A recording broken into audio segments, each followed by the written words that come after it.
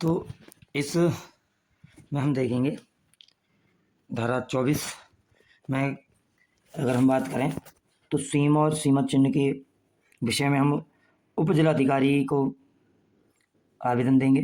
ठीक है, उप जिलाधिकारी के ऊपर के समक्ष प्रस्तुत करेंगे। प्रथम अगर हम अपील करते हैं, यानी कि जो जिलाधिकारी कार्य नहीं करता, तो हम आयुक्त के पास से प्रथम अपील करते हैं। सेकंड अपील का भी इसमें कोई प्रावधान नहीं है। दूसरा है धारा 35 नामांतरण के, जब संपत्ति अंतरण में अंतरण किया जाता है या नामांतरण किया जाता है, तो हम उस विषय में हम तहसीलदार को क्या करते हैं, तहसीलदार को हम ये न्यायालय यानी तहसीलदार अधिकारी जो है या न्यायालय, हम क्या करेंगे, तहसीलदार को ये उपस्थित देंगे नामांतरण बाद। और यदि तहसीलदार कार्य नहीं करता है तो हम उप जिलाधिकारी यानी एसडीएम को देंगे। ये भी दूसरा अपील में कोई नहीं है। धारा 54, 56, 57 ये वृक्ष से संबंधी विवाद जब भी होंगे तो उनसे संबंधित होंगे। ये जो भी हम देंगे प्रारंभिक अधिकारिता के रूप में, वो कलेक्टर को देंगे। कलेक्टर यानी कि डीएम। और इसके बाद आयुक्त को देंगे अगर प्रथम अपील आयुक्त करेंगे। नेक्स्ट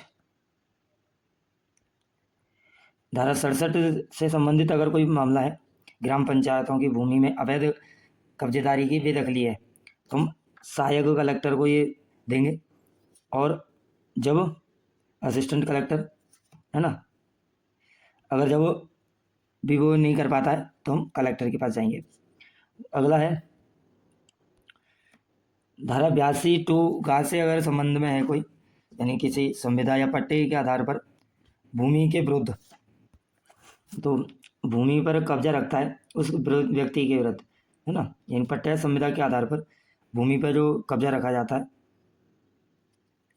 तो उस रखने वाले व्यक्ति के विरुद्ध भूमि धर द्वारा बेदखली का जो वाद किया जाएगा वह उप जिलाधिकारी यानी एसडीएम।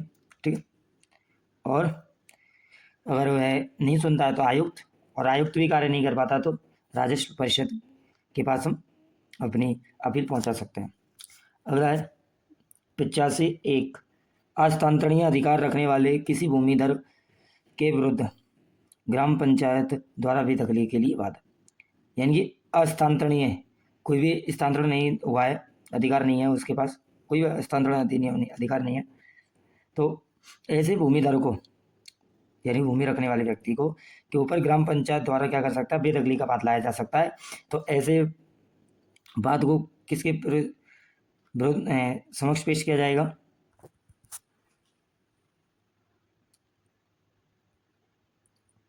तो तदैव होगा, यानी कि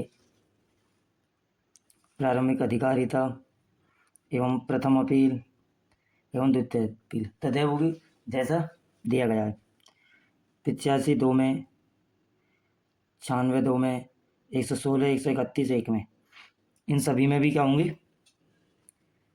ये सभी तदैवी अपील अधिकारिता एवं द्वितीय अपील होगी जैसा दिया गया है। तदैव मतलब होता है जैसा दिया गया है ना, जैसा थी पहले।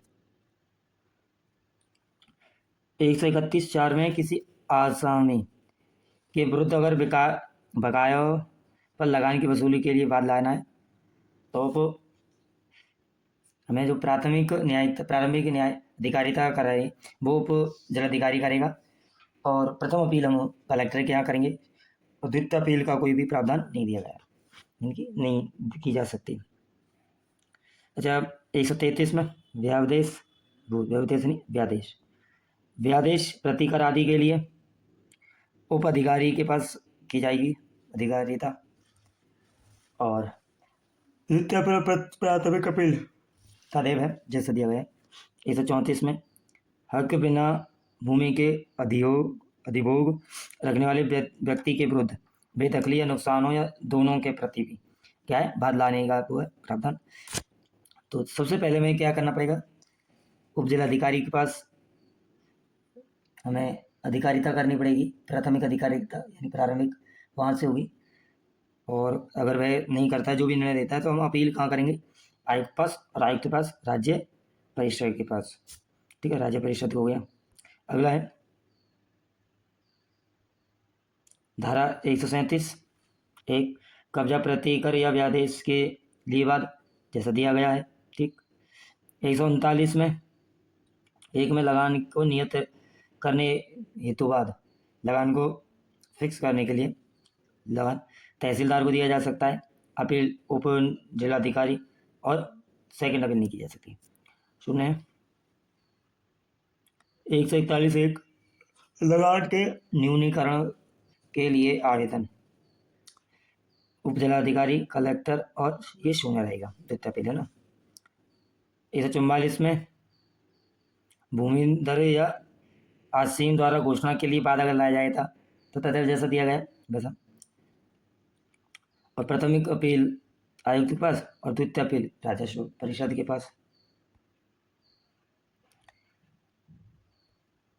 अगला है 145 ग्राम पंचायत द्वारा घोषणा के लिए बाद, और 151 बेदखली या नुकसानी या दोनों के लिए सरकारी पट्टेदार द्वारा, किसी सरकारी पट्टेदार द्वारा बाद, तब के लिए क्या किया जाएगा?